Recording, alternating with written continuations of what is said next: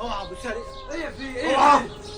بس تعالي بس تعالي. والله احترامك الناس اللي واقفه معاك، كل حاجه عامل فيها الكبير يا اخي، حرق ابو الكبير على ابو ايه الصغير. بس ايه في قول لي ايه في بس تعالى قول لي ايه في بس تعالى اهدي. خلاص على كده بيننا المحاكم والنيابات، بيني وبين اخوي، خلينا نخرب على ايه الاخر. اللي حصل بس قول لي مالك يا اخي. تعال بس تعال ايه اللي حصل؟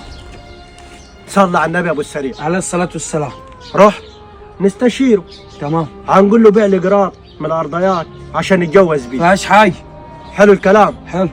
يقول لي قال له روح شوف لك شغلاني وشوف لك مش عارف ايه، ومش هنبيع لك ارض.